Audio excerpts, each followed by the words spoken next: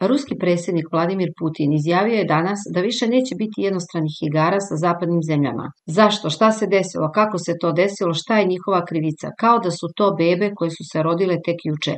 Ovo neće proći. Ova jednostrana igra je gotova. Vojska želi da poveća svoje rashode, neka ih povećavaju, ali to govori o njihovoj agresivnosti. Naglasio je Putin na konferenciji za novinare nakon sastanka Evroazijskog ekonomskog saveza, prenosi RIA Novosti. On je naveo da je militaristička pomama Zapada zasnovana na tezi o agresivnosti Rusije i da je to sve samo okrenuto na glavačke. Ruski predsjednik je više puta isticao da Moskva nema nameru da napada zemlje NATO-a. Putin je napomenuo da zapadni političari redovno plaše svoje stanovništvo izmišljenom ruskom pretnjom kako bi odvukli pažnju od domaćih problema, ali da pametni ljudi odlično razumeju da je to laž, navodi ruska agencija. Prenosi portal Informer.rs.